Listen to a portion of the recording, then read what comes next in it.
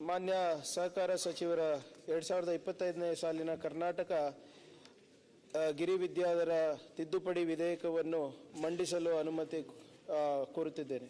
ಪ್ರಸ್ತಾವನೆ ಮಂಡಿಸಲಾಯಿತು. ಈಗ ಪ್ರಸ್ತಾವನೆ ಸಭೆಯ ಮತಕ್ಕೆ ಹಾಕುತ್ತೇನೆ. ಪ್ರಸ್ತಾವನೆ ಹೀಗಿದೆ: 2025 ಸಾಲಿನ ಕರ್ನಾಟಕ ಗಿರಿವಿದಾರರ ತಿದ್ದುಪಡಿ ವಿಧೇಯಕವನ್ನು ಮಂಡಿಸಲು ಸಭೆ ಅನುಮತಿ ನೀಡಬೇಕು. ಪ್ರಸ್ತಾವದ ಪರವಾಗಿರುವುದು ಹೌದು ಎಂದು ಸೂಚಿಸಬೇಕು. ಪ್ರಸ್ತಾವದ ವಿರೋಧವಾಗಿರು ಇಲ್ಲ ಎಂದು ಸೂಚಿಸಬೇಕು. ಪ್ರಸ್ತಾವ ಹೌದು ಎಂಬ ಪರವಾಗಿದೆ ಎಂದು ಭಾವಿಸುತ್ತೇನೆ. ಪ್ರಸ್ತಾವ ಹೌದು ಎಂಬ ಪರವಾಗಿದೆ. ಪ್ರಸ್ತಾವ ಅಂಗೀಕೃತವಾಗಿದೆ. ಮಂಡಿಸುತ್ತಿದ್ದೇನೆ. ವಿಧೇಯಕವನ್ನು ಮಂಡಿಸಲಾಗಿದೆ. ಮಾನ್ಯ ಸಚಿವರು, ಮಿತಿ ಮೀರಿದ ಬಡ್ಡಿ.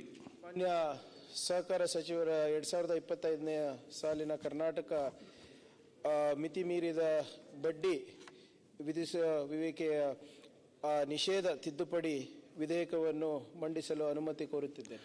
ಪ್ರಸ್ತಾವನೆ ಮಂಡಿಸಲಾಯಿತು.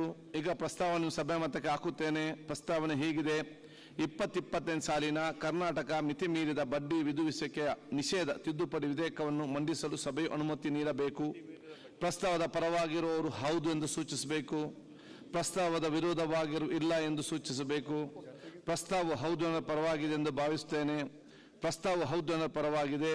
ಪ್ರಸ್ತಾವ ಅಂಗೀಕೃತವಾಗಿದೆ. ಸಚಿವರು ಹಾಗೂ ವಿಧೇಯಕವನ್ನು ಮಂಡಿಸುತ್ತಿದ್ದೇನೆ. ವಿಧೇಯಕವನ್ನು ಮಂಡಿಸಲಾಗಿದೆ.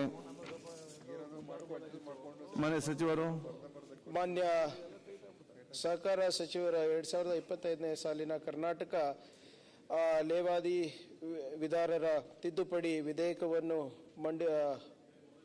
ಮಂಡಿಸಲು ಅನುಮತಿ ಕೋರುತ್ತಿದ್ದೇನೆ. ಪ್ರಸ್ತಾವನೆ ಮಂಡಿಸಲಾಯಿತು.